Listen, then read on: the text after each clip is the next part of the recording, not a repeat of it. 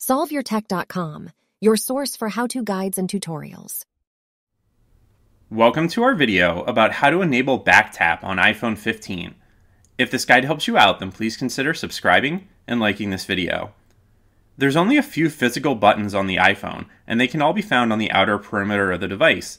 But if you're trying to accomplish something, such as launching the flashlight or camera, and you want to do it a little more quickly than you would accomplish using the options on the screen, then you also have the option to set up something called back tap. You can enable the back tap setting on your iPhone by opening the Settings app.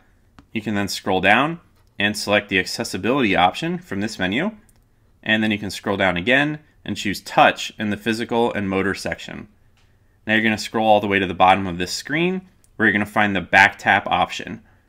Now you can choose either the double tap or triple tap option, and this is how you are going to activate the back tap feature. Note you can also choose to enable both of these if you want, but for the purpose of this video, I'm just going to set up double tap. So if you choose this, then you can scroll through the list of options and select the item that you want to occur when you double tap on the back of the phone. I'm going to choose the camera option. So now if I go back to the back tap menu, you'll see that camera is set for the double tap action. So now all you need to do is just double tap on the back of your phone. I generally like to do it underneath the cameras, as that seems to be the most consistent. So if you just double tap, then that should launch the camera app or perform whatever action you chose to set for the back tap setting.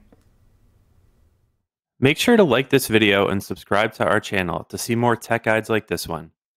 For additional information on this topic and to read the entire article, click the link in the description to visit SolveYourTech.com.